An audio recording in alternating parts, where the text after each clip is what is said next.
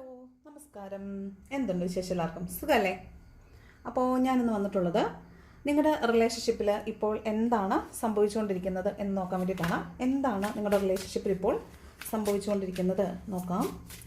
എന്താണ് നിങ്ങളുടെ റിലേഷൻഷിപ്പിൽ ഇപ്പോൾ സംഭവിച്ചുകൊണ്ടിരിക്കുന്നത്? എന്താണ് നിങ്ങളുടെ റിലേഷൻഷിപ്പിൽ ഇപ്പോൾ സംഭവിച്ചുകൊണ്ടിരിക്കുന്നത് എന്ന് നോക്കാം.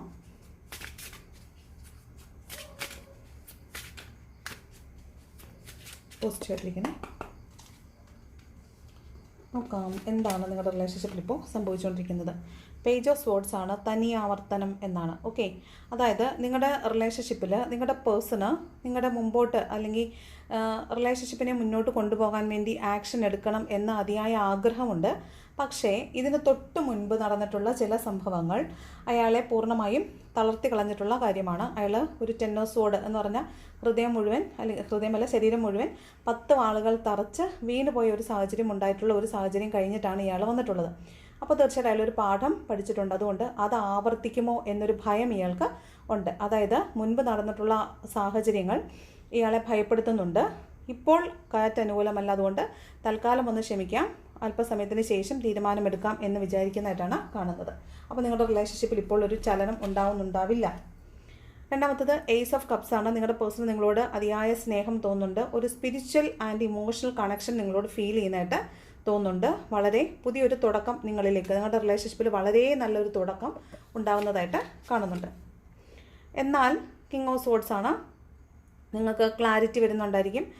നിങ്ങൾ കമ്മ്യൂണിക്കേഷൻ ഗ്യാപ്പായിരുന്നു നിങ്ങൾക്കിടയിൽ ഉണ്ടായിരുന്നതെങ്കിൽ ഒരു കമ്മ്യൂണിക്കേഷൻ നിങ്ങളിലേക്ക്, അല്ലെങ്കിൽ കമ്മ്യൂണിക്കേറ്റ് ചെയ്യേണ്ടതിൻ്റെ ആവശ്യകത നിങ്ങളിപ്പോൾ മനസ്സിലാക്കുന്നുണ്ട്.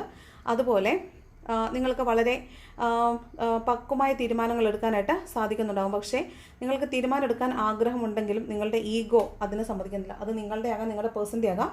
ഈഗോ കാരണമാണ് നിങ്ങളുടെ റിലേഷൻഷിപ്പിൽ ഇപ്പോൾ സ്റ്റക്നെസ് ഉള്ളതെന്ന് കാണുന്നുണ്ട്.